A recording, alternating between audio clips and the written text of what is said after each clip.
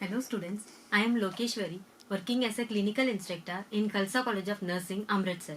Today I will be discussing as well as demonstrating one of the important topic, that is CPR. Cardiopulmonary resuscitation is a first aid technique that can save life if performed correctly. So before getting into the topic, just go through the questions which is getting displayed in the screen just to assess your knowledge by yourself. Hope you have gone through the questions. Now get enter into the procedure. First of all, what is CPR? So CPR stands for cardiopulmonary resuscitation, where cardio means heart, pulmonary means related to lungs, and resuscitation is a medical word which means to revive. Second, to whom the CPR has to be given? It is a life-saving technique that used in medical emergencies called cardiac arrest or cardiac arrest caused by heart conditions such as drowning or electric shock or suffocation, etc. Third, why the CPR has to be given? Because in cardiac arrest, the heart completely lost its function or completely not working. So if the heart is not working, which ultimately leads to lack of blood supply to vital organs, especially brain. If the brain is not getting blood supply for certain period of time, for example 0 to 4 minutes we usually tell as a golden period. 4 to 6 the brain start to get damaged. In 6 to 10 minutes the brain will become irreversibly damaged. So in order to prevent that as well as to provide blood supply artificially till the medical team arrives, we have to utilize a technique with the combination of chest compression and rescue breath.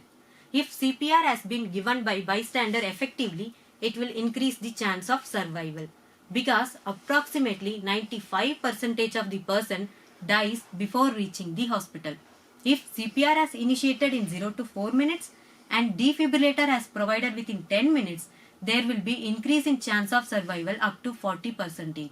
So now we will start the steps. So first step is, if the patient or person is unconscious or unresponsive, we have to start with assess for a response after ensuring scene safety. So what we have to do? First we have to ensure whether the scene is safe for both the casualty as well as rescuer. For example, if the building is already on fire or any poisonous gas is leaking in the building.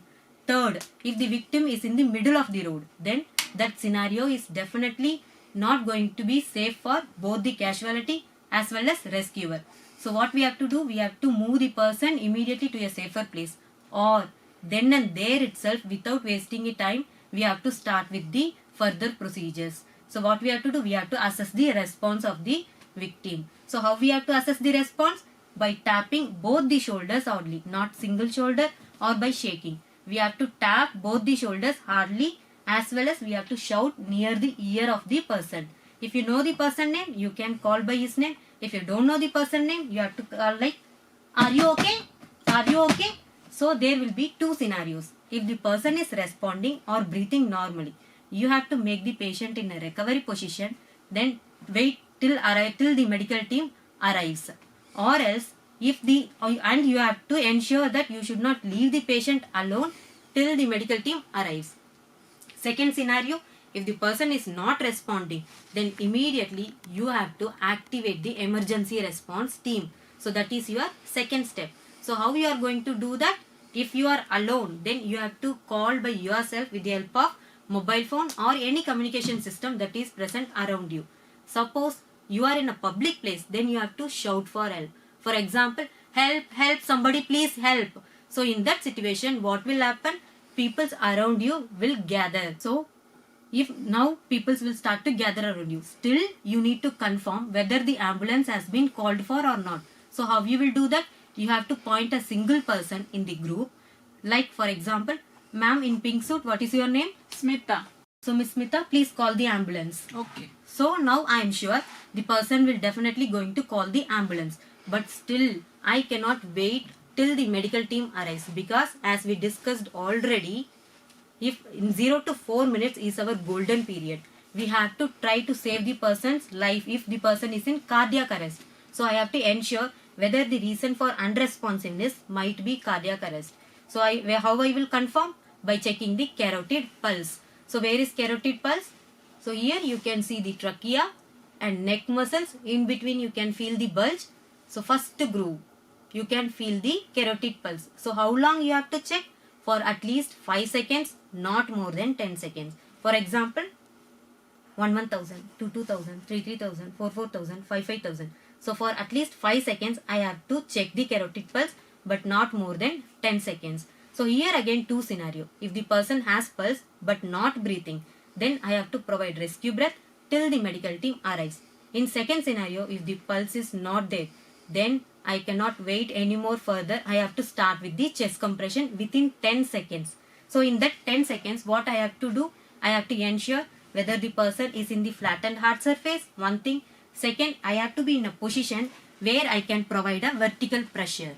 Third, if any pillow or any other things is there, obstacle is there, that should be removed. So I am going to start with the chest compressions. So expose the chest, draw an imaginary line between the nipples. In the middle, we have to keep your hand, especially the hard surface of your palm, your dominant hand. Then you have to interlock with the other hand, and your shoulder must be direct on the chest, that is 90-degree angle. Then your fingernails should not harm the person. So this is how you have to position yourself, and your elbows should not get flexed while giving the compression. So this is your first step. Second step is how we are going to give the compression by the technique called push hard and push fast. So push hard means the depth which you are going to give. For example, in adult, you have to give at least 2 to 2.4 inches or 5 centimeter depth. And in second, push fast. So push fast means at least 100 to 120 compressions you have to deliver per minute in the ratio of 30:2. 30 compressions, 2 rescue breath. 30 compression, 2 rescue breath. So that is push hard and push fast, your second technique. Third method is allow the chest to recoil, which means, see, what we have discussed, the compression rate has to be 2 to 2.4 inches. If I am pressing the heart for 2.4 inches, the same amount I have to decompress the heart. So why we have to do that? Imagine what we are doing in compression, we are giving pressure over the heart. So where the heart is situated? Between the chest bone and backbone. So when we are doing this compression, there will be two mechanisms. One is thoracic pump, another one is cardiac pump. So what happens when I am giving the compression, positive pressure will be created in the thoracic cavity. So what it does, the blood from the heart gets pumped out, one thing. Second, it will increase the intracranial pressure. Third, it will exhales the air from the lungs. And when I am doing this decompression, negative pressure will be created in the thoracic cavity, just like vacuum. So what will happen? The blood will get re-enter into the chest.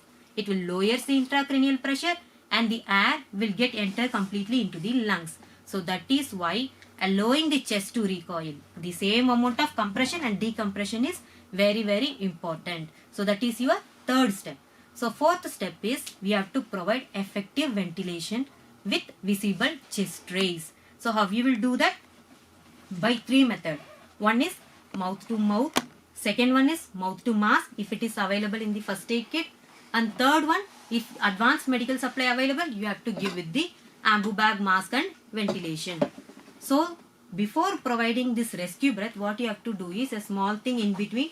You have to clear the airway, because patient with unresponsiveness, usually the tongue will get fall back and it will obstruct the airway. So what you have to do? You have to clear the airway. How?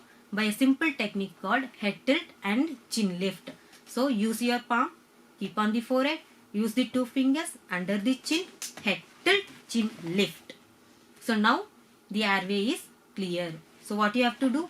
If you are feeling comfortable, then it is okay. If you are not feeling comfortable, you can use any tissue or thin cloth to cover the mouth.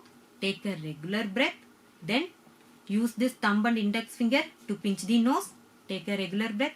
Completely seal the mouth. Deliver one breath. Same. Take a regular breath completely and deliver one breath. So 2 rescue breath has to be delivered. If you have a second rescuer, then the second rescuer can take over the breathing part. So by using the mask, same second method, hold the mask, use the same technique. So take a regular breath, deliver the breath through the mask. Same 2 breath has to be delivered. In case of ambu bag mask and ventilation, you are going to use a technique called E-C clamp technique, where C like this finger, so to hold the mask, and E these 3 fingers to lift the chin to clear the airway. So like this, hold the mask with C and E to lift the chin. So now the airway is clear. The person can deliver the breath. So how? By pressing only 1/3 of the bag. So 1,000, 2,000. 2 breath has been delivered. So always remember, when you are pressing the ambu bag, you should press only 1/3, not completely like this.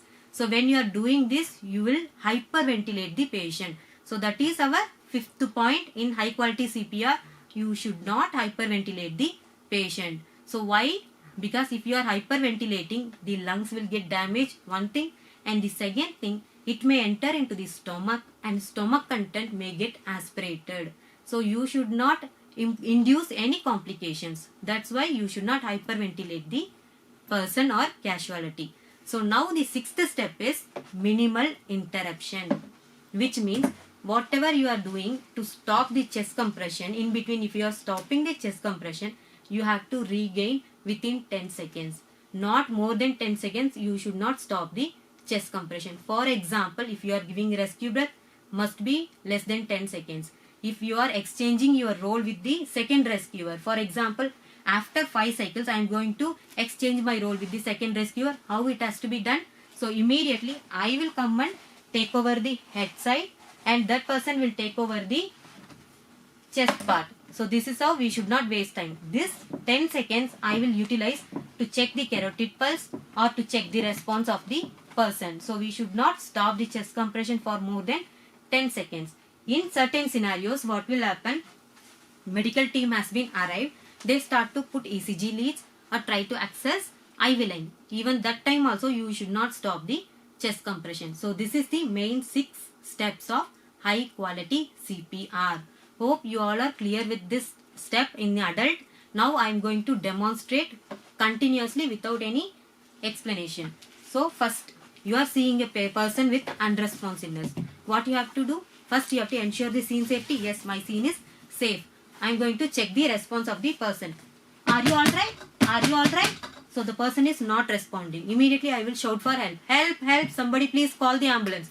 So the person is calling the ambulance. I am not wasting any more time. Expose the chest.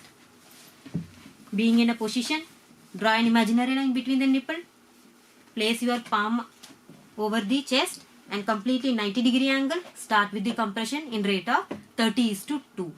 So 1, 2, 3, 4, 5, 6, 7, 8, 9, 10, 11, 12, 13, 14, 15, 16, 17, 18, 19, 20, 21, 22, 23, 24, 25, 26, 27, 28, 29, 30. So clearing the airway, rescue breath has been delivered 1,000 to 2,000. So 1, 2, 3, 4, 5, 6. So like this, 30 compressions, 2 breath. 30 compression, 2 breath. 5 cycles you have to complete within 2 minutes. So this is what high quality CPR. So at the end, when to stop the CPR? So if the medical team has arrived and taken care of the casualty, you can stop, or the person start to provide response. Third, if carotid pulse came back. Fourth, if you are giving the chest compressions for longer duration, medical team has not arrived and you are feeling exhausted, which means your life is also important. So in that scenario, you can think about stopping the chest compression. Unless otherwise, you need to try to save the casualty's life till the medical team arrives. So this is all about the high quality CPR in adult. You can check your answers in the screen now. Thank you. Thank you so much.